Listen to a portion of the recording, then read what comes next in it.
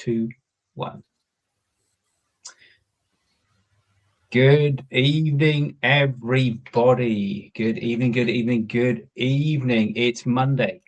It's 7 p.m. It's the 23rd of March. And before you can pinch yourself in disbelief, it's back. On your screen, it's the A&DBBL Monday Night Roundup. And can you believe it or not? We are halfway through the league stage already.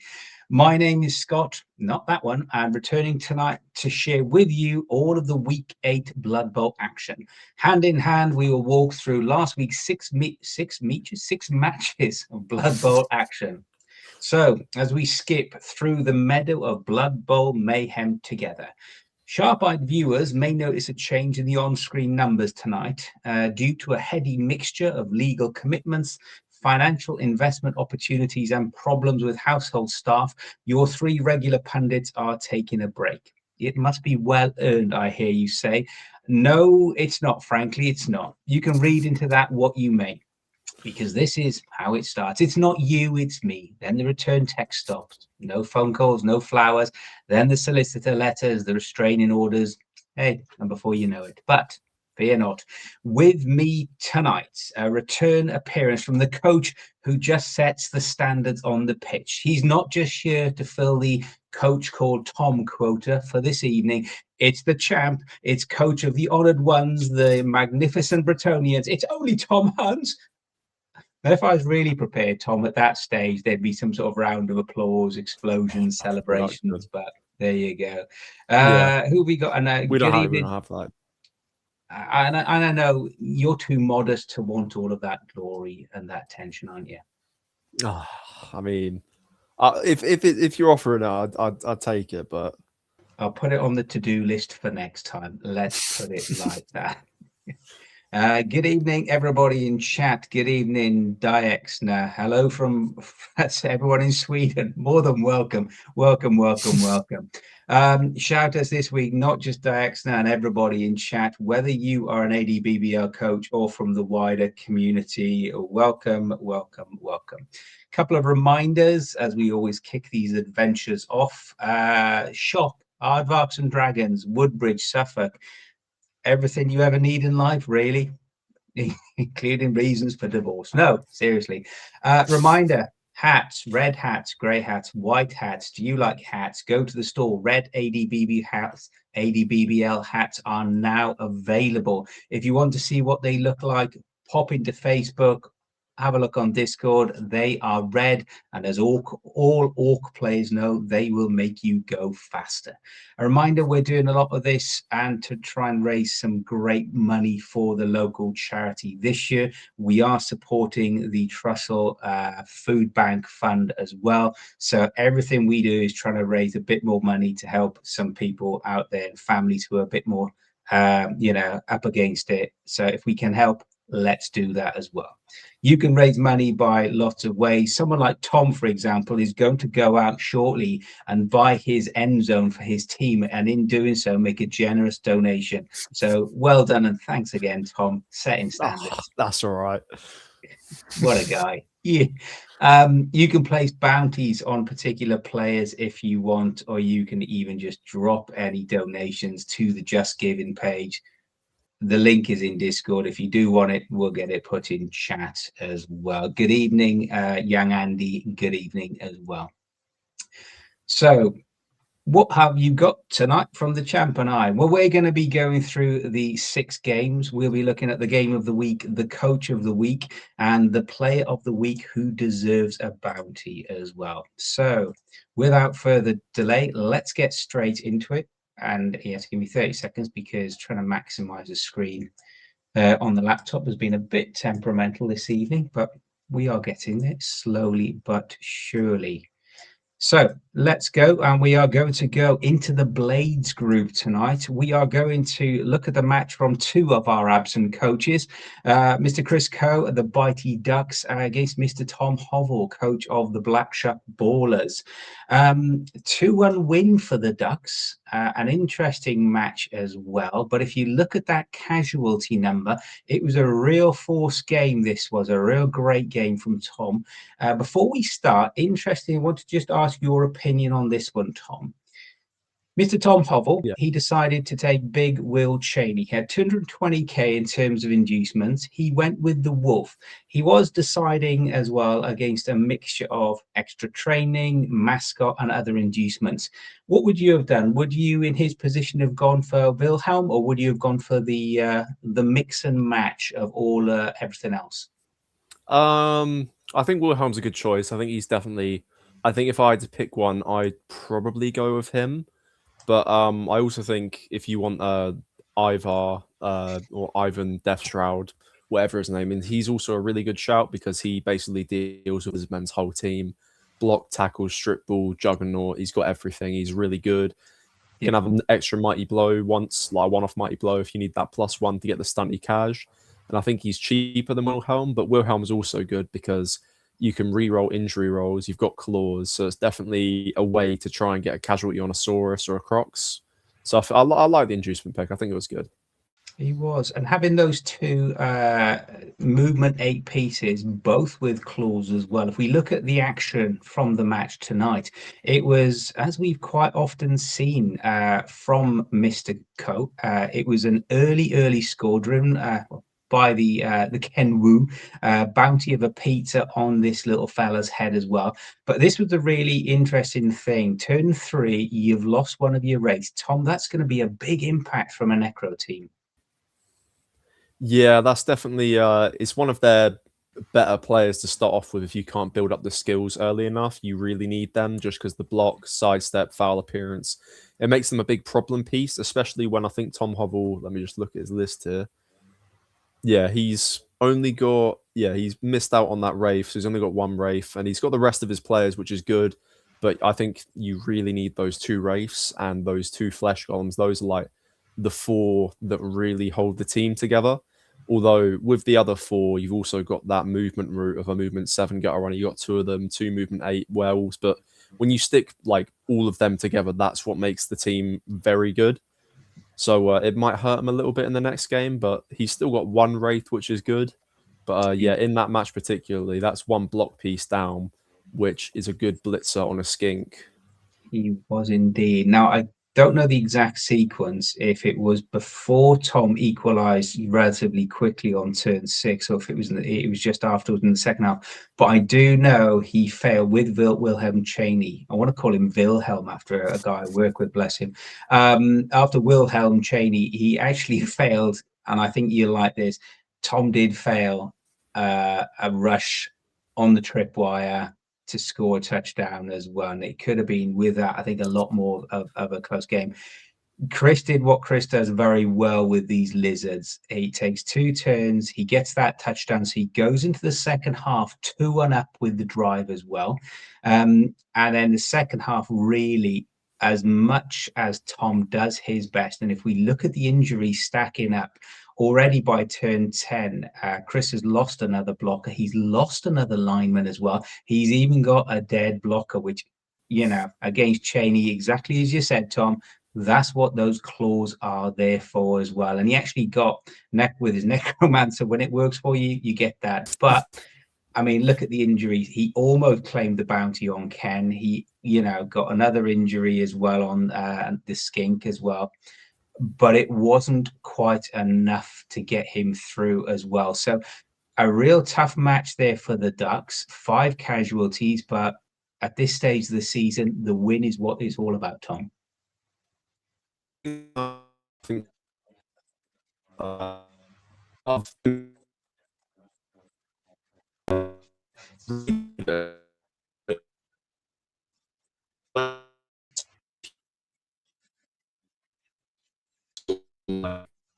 two, three, four Saurus, you're still probably fine because then the skinks can screen off basically wherever that you want to screen off because they're movement 8. But yeah, I think it's definitely a shame that Tom couldn't get the 2-2 because I think it was definitely gettable with the casualties that he was stacking up against Chris. Yeah, and he did have an opportunity to do that 1-turn touchdown at the end, and I believe it was a pass with the ghoul runner to the werewolf, a werewolf handoff. Dice didn't quite make it for him as well. Let's take a quick look at the Bitey Ducks. We can see, first of all, Chris starting to really team feels a really bit beaten up at the moment. Stat bust on the Saurus blocker, a block Saurus blocker missing next game, which I think that's going to be a big one as well. And as well, if you come down to it, he is missing a few players as well. So at the moment, just the 10 players ready for next. Interesting mix of roles in terms of the dice, all very, very manageable. He's got the stat on Ken Wu, so now 2 up in terms of edge. Cannoneer for passing, which isn't the worst of things. Diving catch, which always helps, especially with the 3-up pass, so for those long passes. Sprint and sidestep, 2 very nice randoms as well. And block, kick, and pro on a Saurus blocker, that's not a bad thing. So despite those few injuries, Tom, the Lizardmen seems to be in a good position. Yeah, I think the only thing Chris really needs at this point is a guard on like either a Saurus or a Croxagore, and I think he'll be set to take on like the knockout stage. It's just about minimizing losing his good players, I think, at this point, because I'd say I think that puts him up to 13 points. I think he'll be all right. I think for his group, 13 to 15, you're at minimum getting wild card, I reckon, because 13's a lot of points to not qualify with. But yeah, as long as he doesn't face big injuries before the knockout stage, I think he'll be absolutely fine. Yeah, it's going to be a very interesting match as well, because Chris, of course, the curse of Chris Coe, the fact that he usually gets the 5 wins in the season and that's it. So I think he's due 1 more win, even by his own admissions. And look forward to see how he does that. Tom being very conservative, going for those, exactly knows what he wants in terms of those skills. Block on one of the wolves, block on the golem, block on the golem. Just 1 casualty or 1 piece of SP as well to maybe get that guard piece as well. That block lizard man, missing next game as well. But at the moment, played 4 matches. He's won 1, drawn 1, and lost 2 again against the Bitey Ducks on both occasions as well. But a long way to go for Tom, and those playoffs and that wildcard place very much in his grasp. Yeah, definitely. I mean, with 4 games left, I think if he wants to qualify normally, he's going to have to win every single game. But if he wins, if he wins 3, draws 1, he'll probably get the wildcard spot. Maybe just win 3 more. I think he might get the wildcard spot because it's most of the groups look like 2 teams that are running away with it or a 3-way sort of tie, I think. So there's not too much wildcard competition except from like 3 players, I think. So once we see later on in the season near the end of the group stage, I think that's when we'll be able to tell. But I think wildcard's probably between 11 and maybe 14 points. Yep. Look forward. We'll come on to have a look at the league shortly as well. So again, very well played, Mr. Co. Commiserations, Mr. Hovel. Lots of good things coming out there as well. We're going on then into the Assassins group, quite pertinent for myself and the champ here. This is our group as well. We've got Tom here and the Bretonians, the trip down memory lane against Mitch and his vampires. I was expecting, to be honest with you, Tom, a closer match than this, and it was a 3-0 win from the Bretonians. And really, despite having the mascot and the keg as well, those 3 rerolls really coming back, no pun intended, to bite those vampires. Yeah, I mean, I said at the start of the season, vampire roster, you need to start with 4 rerolls, otherwise you're done. Because and especially with Mitch, when I played him, his dice rolls so bad. Blood plus like minimum time with 3 rerolls, you can't sustain that. I think this also Brawl and 1, which is pretty.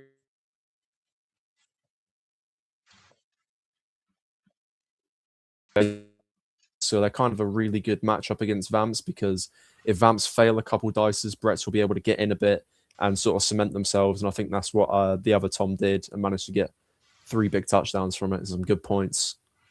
Yep. I'm interested in terms of this Thrall lineman injury. Looks like that might have been on a failed dodge or a failed block on a block. Who knows what it is? But again, to your point, when you are going down in terms of thralls, when you're vampires, when the dice aren't going for you, and Mitch, I fully agree there, Tom. Mitch's dice have sucked this season in terms of bloodlust as well. Plus, on that, as we discussed on the weekend, with vampires moving to the 3-up on the hypno, they're not in the best position at this moment in time as well. So a really solid win there. Again, a lot of the coaching, self included, getting those early scores on. So the Grail Knight scoring on turn 3, forcing another touchdown, a turnover and a touchdown for turn 7 as well. And then despite the best efforts in terms of casualties, the Black Prince coming in with that 3-0. Let's take a quick look at the teams.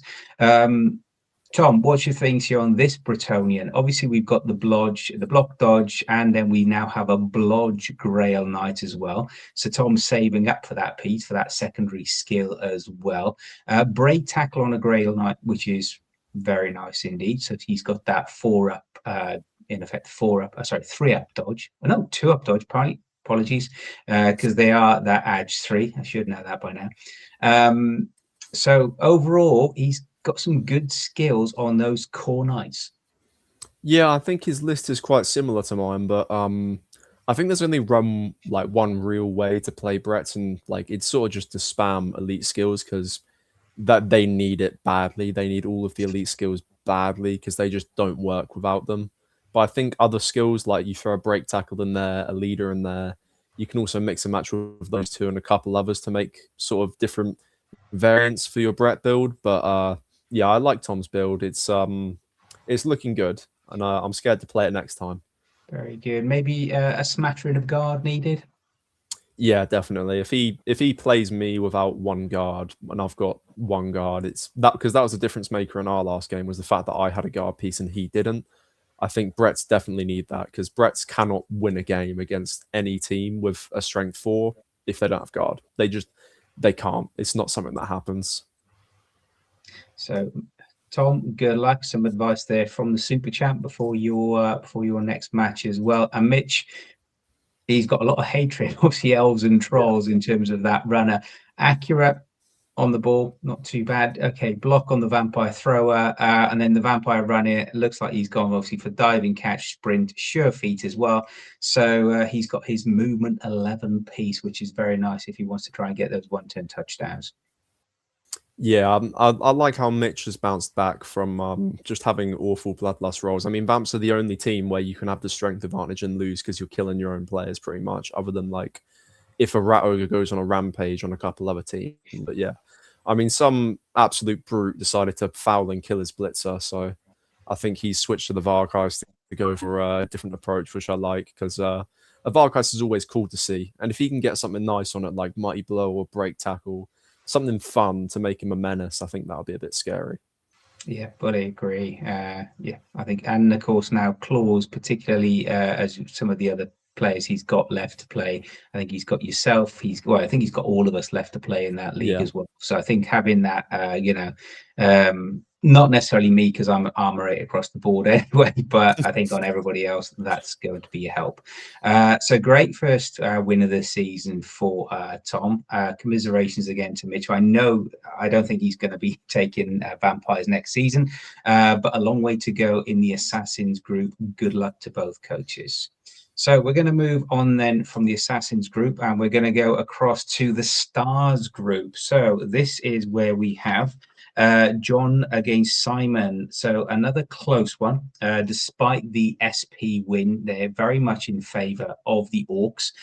Simon took a really interesting mix. He took the cheerleaders, 4 of them as well.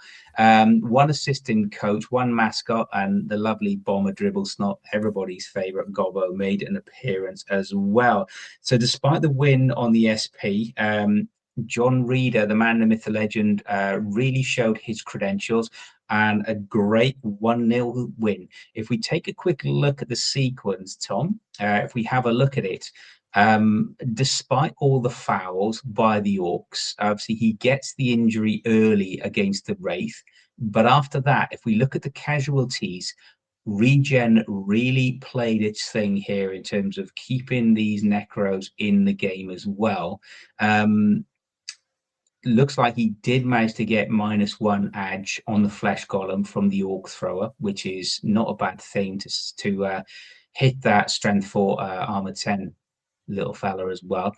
And then to top it all, talking of the necromantic wonder of these guys as well, John Reader actually had the cheek to turn around and claim a zombie lineman for extra bonus. Yeah, it was nice. I mean, I know there's been a bit of discussion going on about whether you can re-roll regen. Like, it isn't already good enough, and it's just a flat-out better apothecary that's on your entire team. But I think one thing that's always you can always take away from John's games is that he's consistently a very good player. Like, he never has an off game. He's always consistently great. I think this game could have been tighter depending on the inducements. I think if I was Simon, I probably would have sent it all in and gone for the chainsaw, because I think he had 145, which is enough for the chainsaw. That's enough for Mr. Wolf. Yeah, it is. Yeah, and I think I probably would have went for that, because the main way I think orcs will be necromantic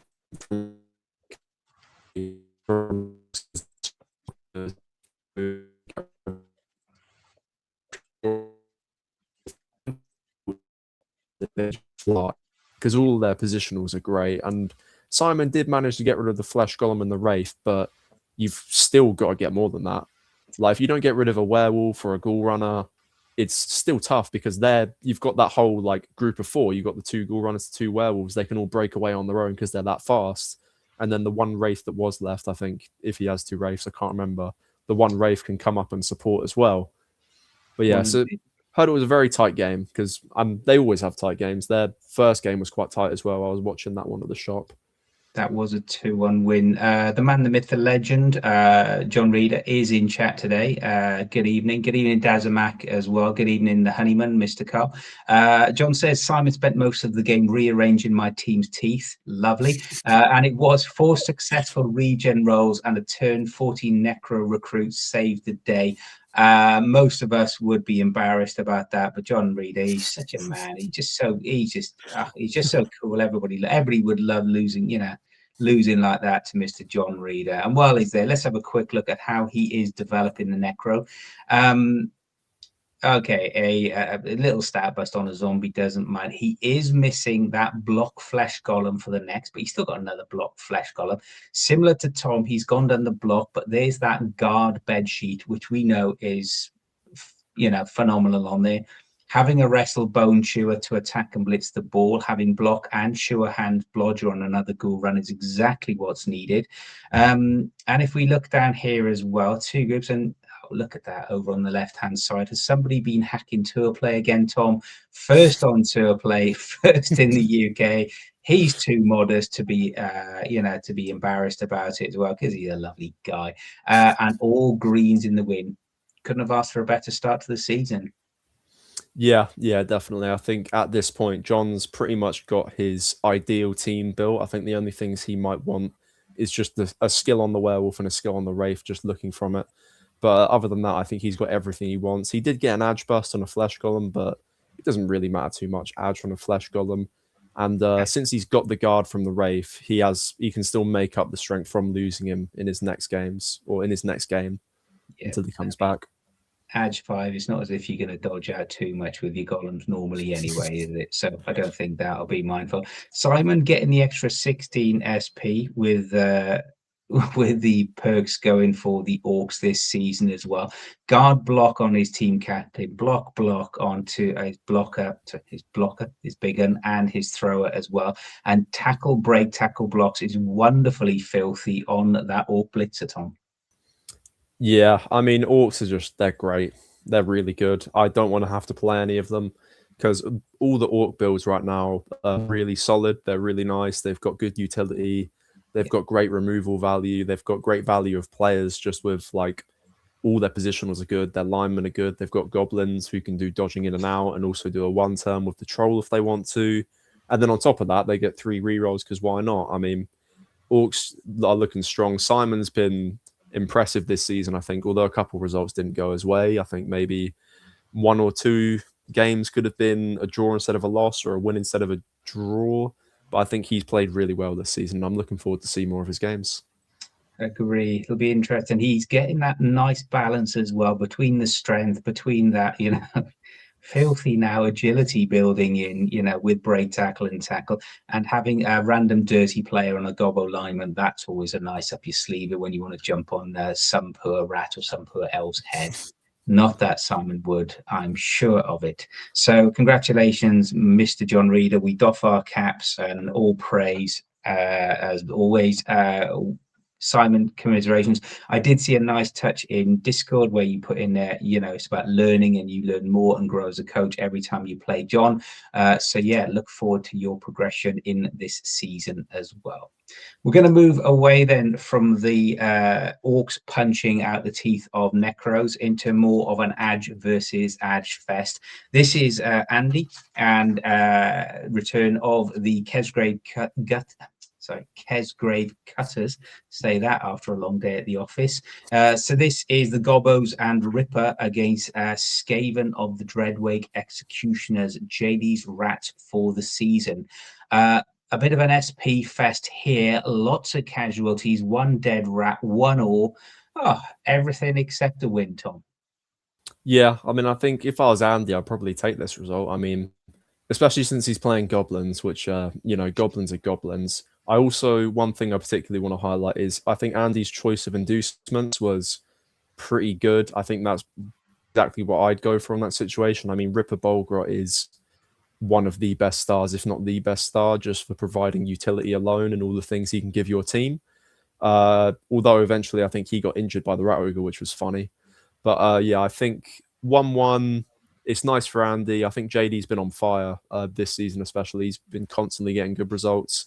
And this, although he didn't win this game, a point's a point, and he still got SP out of it from casualties and the touchdown. Yeah, and I love what you say. The Rat Ogre, who is the alleged best big guy in the game, taking out Ripper. Who's the big guy on this pitch, and the Roger does that business with mighty blow as well. Not to say the Doom Diver didn't make a comeback. Let's have a quick look at how these two coaches are developing the teams.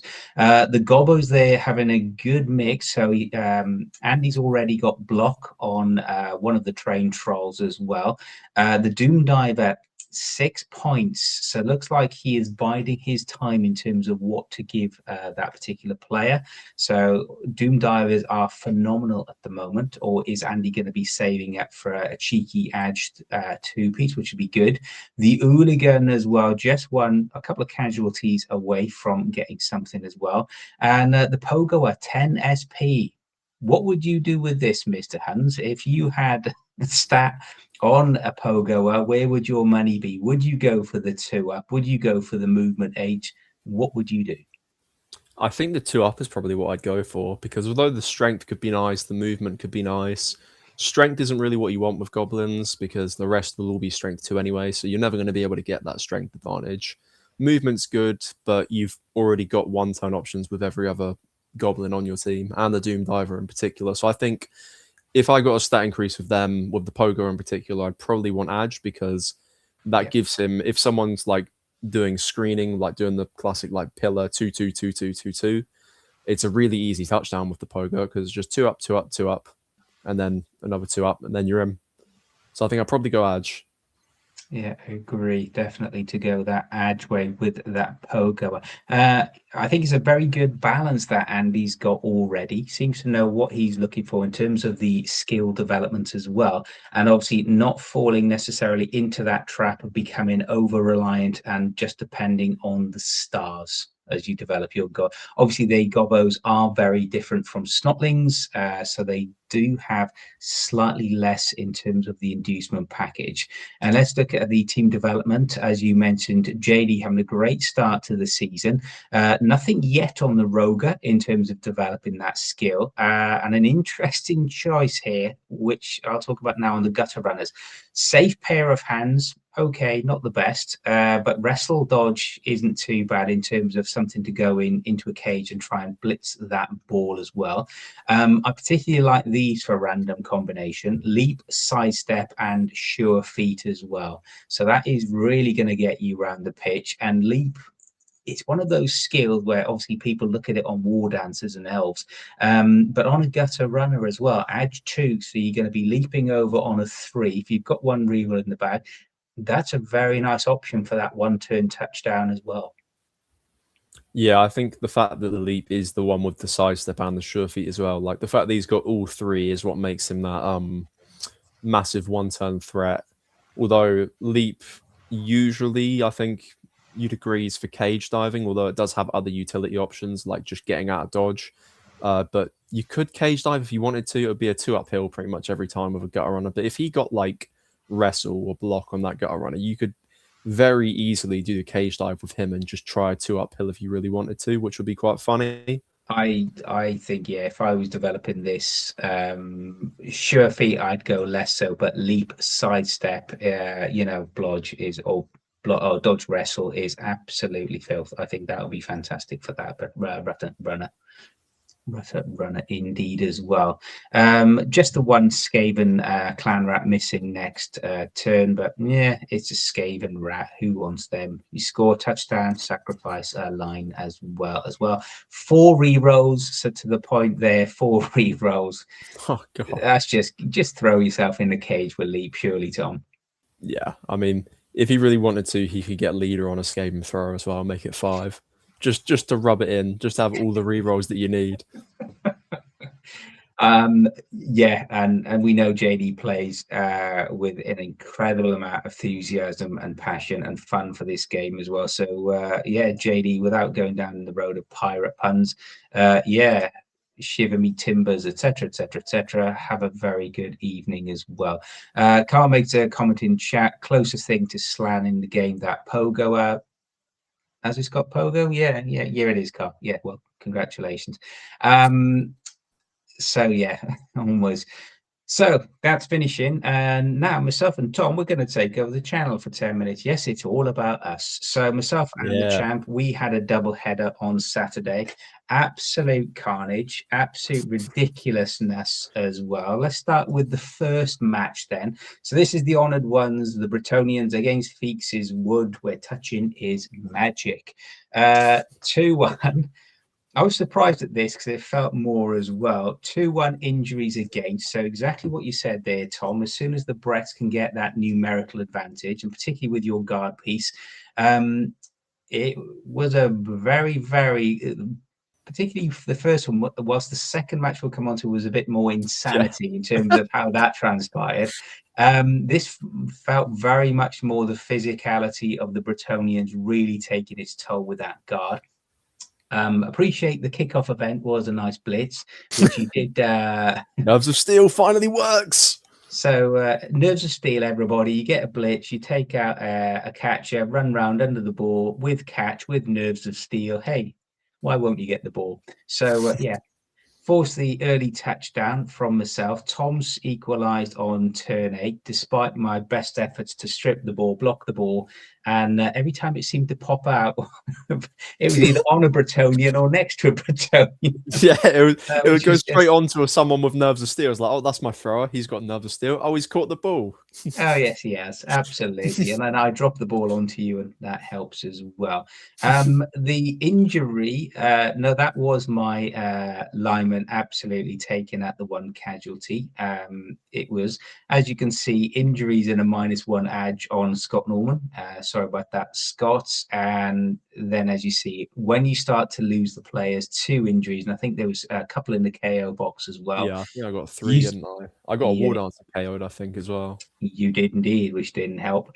And then had the opportunity for the 1-turn touchdown, but with no re-rolls, it didn't quite come off as hoped as well. It was one of those when I wanted just 1 push, and of course, what did I get? I got both down in the skull, didn't I? So hey, that's showbiz. So being the people of ridiculousness that we are, it was agreed as a nice, fun double header. So we went straight from match 1 into match 2. A bit of a different result here. This one I remember more. This I was couldn't really remember the first one. This one was great. That's my favorite one. absolute carnage, especially the fact that 18 SP, 3 casualties, and I think actually you had a couple of KOs against the elves on this. Yeah. So it was a very, very good one indeed. Again, very similar to the first one. Before I forget as well, just to mention to chat, in the first match as inducement, I bought a weather mage, forgot to use it, so hey, didn't really impact the match. But I was chatting to Carl as well, and he was saying when he gets the assist on the on the kickoff event with the cheering fans, yeah, he forgets that as well, and he hasn't used it. But remember that, coaches, if you have inducements, write them down or mark them so you know not to forget them. We again went for the early touchdown with old Chris Coe, and despite everything as well, Tommy scored on turn 8. And at that point, I was just looking at this thinking, what do I need to do? And then out of nowhere, if I remember, you went to secure the ball, failed to secure the ball. Ironically, the ball scattered straight to your Bretonian squire next to it, who caught it again on a 6, naturally. The elves ran round, decided to take him down, did. And then after you knocking down a war dancer and picking the ball up, the war dancer jumped up, 2 dice uphill, the ball scattered, war dancer dodged onto the ball in the tackle zone, picked it up, dodged out and scored. And then it was just ridiculous. And then we got towards the end, and you scored again, turn 16, which if I remember rightly, you had to clear out loads of players. I think I might have stripped the ball and you got it back a couple of times. And then I know you one dice. I think you one dice my catcher with the strip ball. It scattered onto my Grail Knight. He picks it up on a 6. He did. He's had a great day in the office. He was brilliant. He polished his armor. He was looking fabulous, and he was out for the fans as well.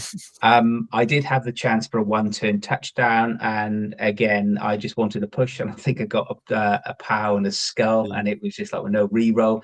That was the thing. So again, as I said in chat, Tom, it was an absolutely bonkers mad match. It was fun, and it was really. It's one of those games where you play Blood Bowl, and I think it was absolutely ridiculous. It could have gone either way. 2-2, great game. We will take it. A big thank you as well for that. Several hours of your life, which you will never get back. Right.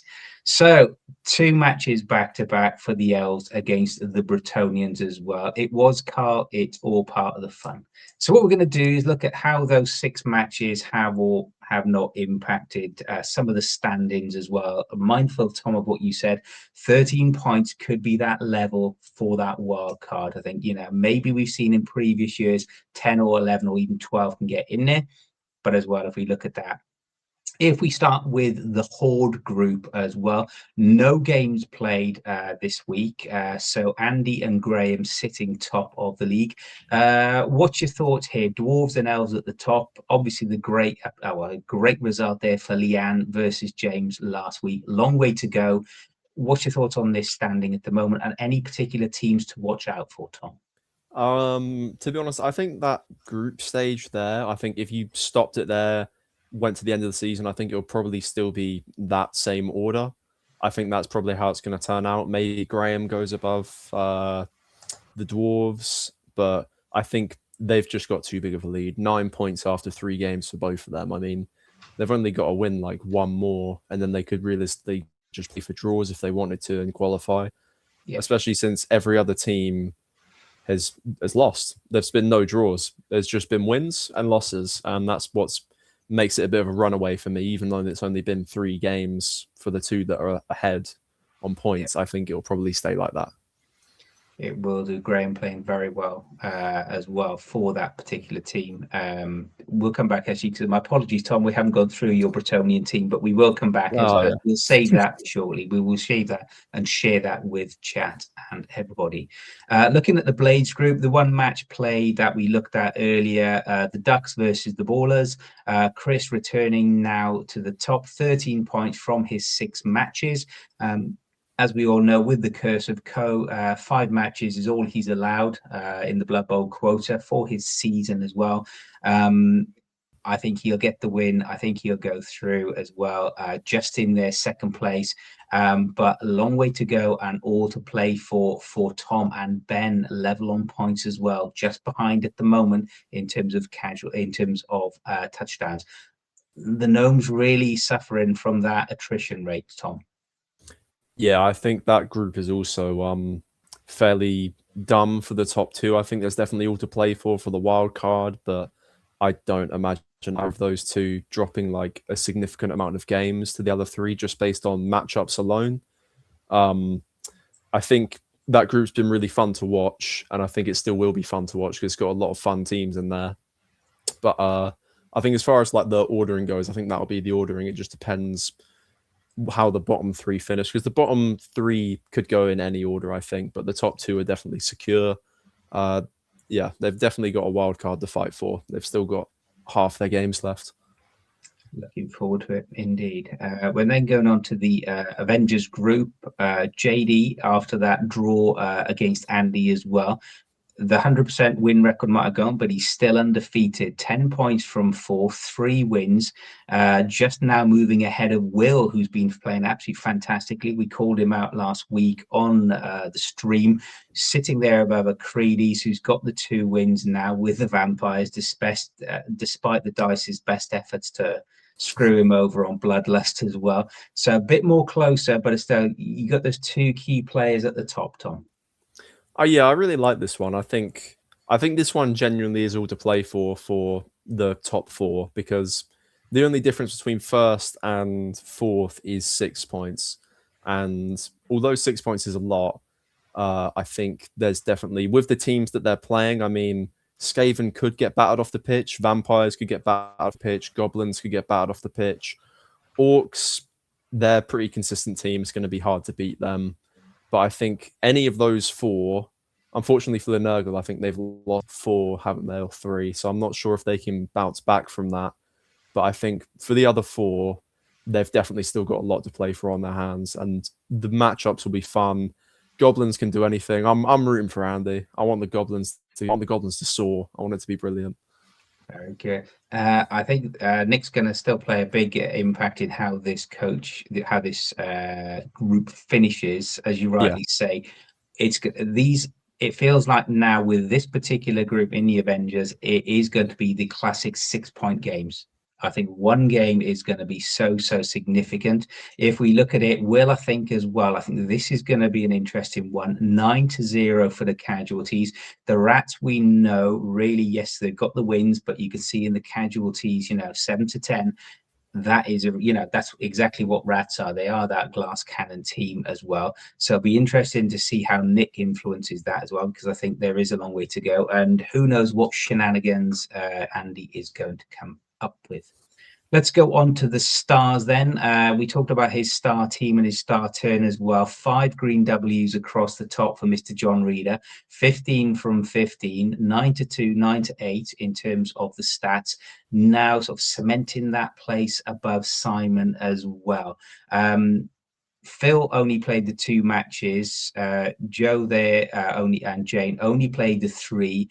Do you think this is now a fight for that 3rd spot?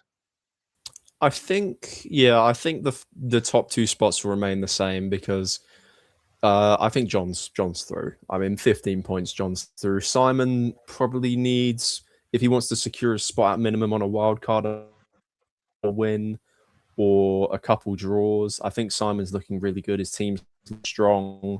I think the other teams might struggle to get points off of the top 2. I don't think anyone's going to take points off of John, to be honest. But I think they still definitely can influence the group. I think other teams could definitely steal that 2nd place away if things like turn out well for them.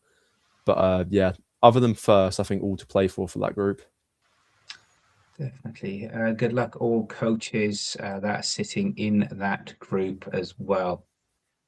So let's have a quick look then at the Destroyers. No games played. So Mark and his wonderfully filthy, disgusting Nurgle just ahead of Jamie on the OWA. Jamie only the 1 match played. But as I said, guys, there is a long way to go, another 8 weeks of the league as well.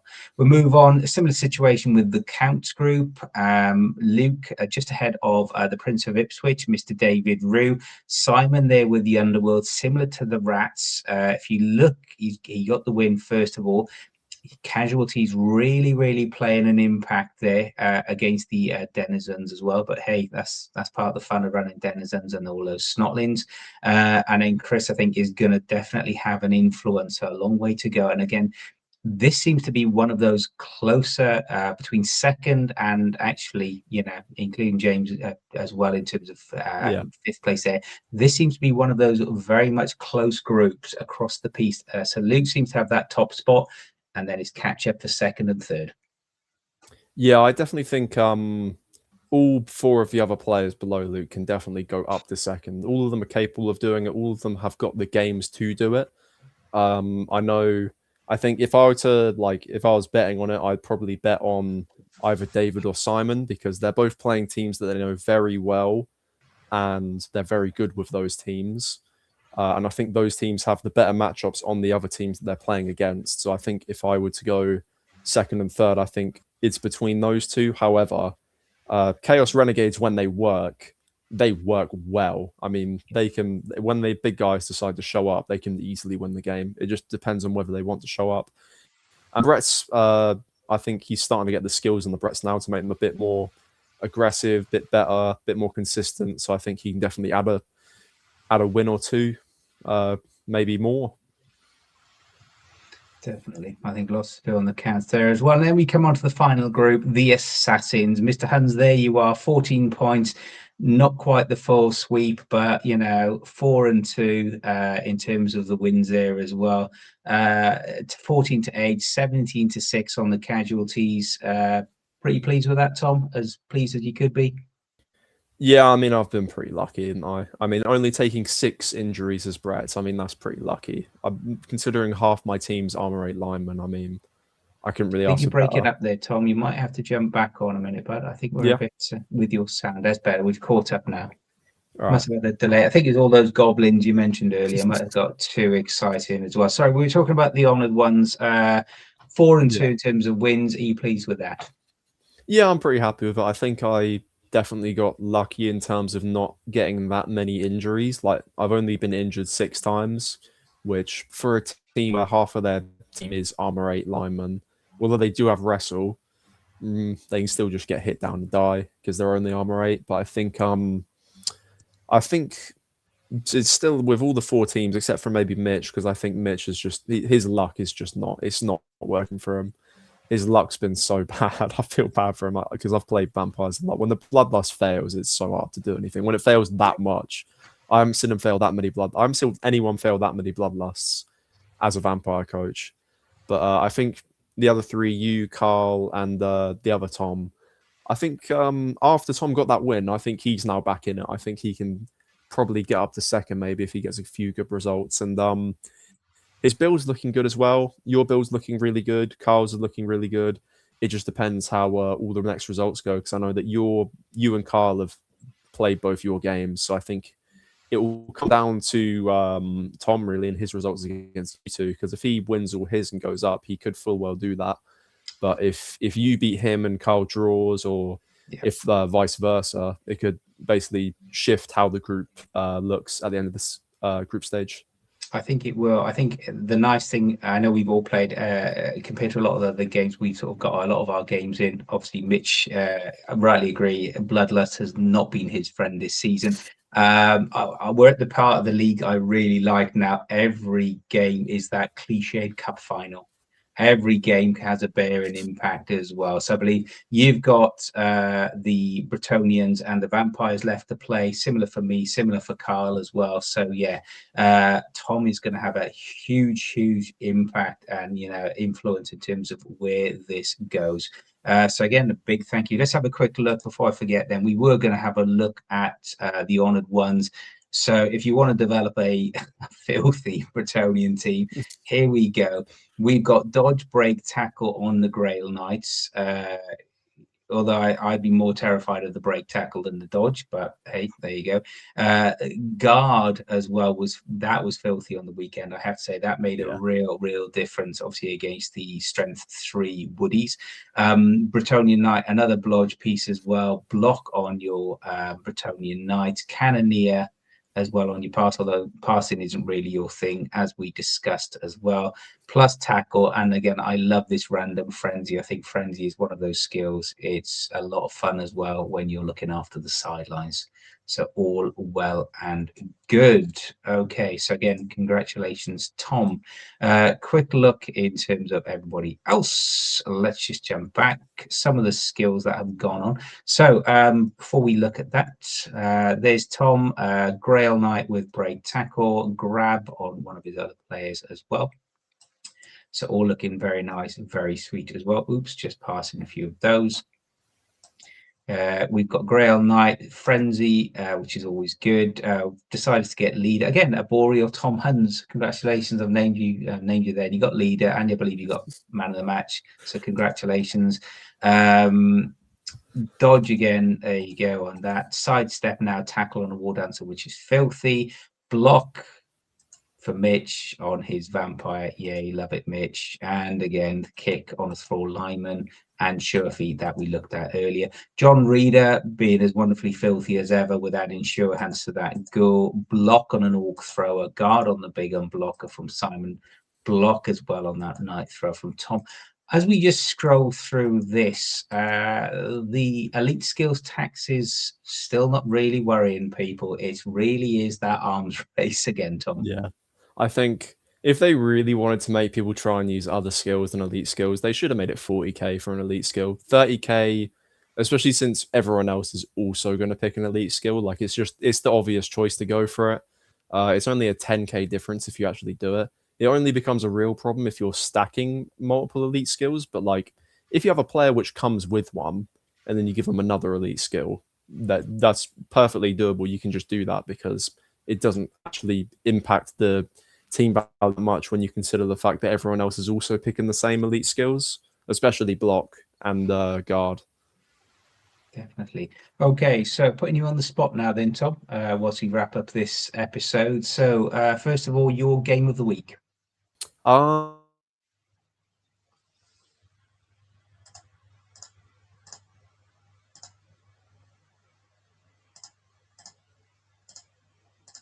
he seems to have dropped out of there at the moment. He'll come back. Whilst we wait for Tom to make a return into Go Chat. Let's just check. Yep. While we wait for Tom, maybe his fans just dragged him away too early.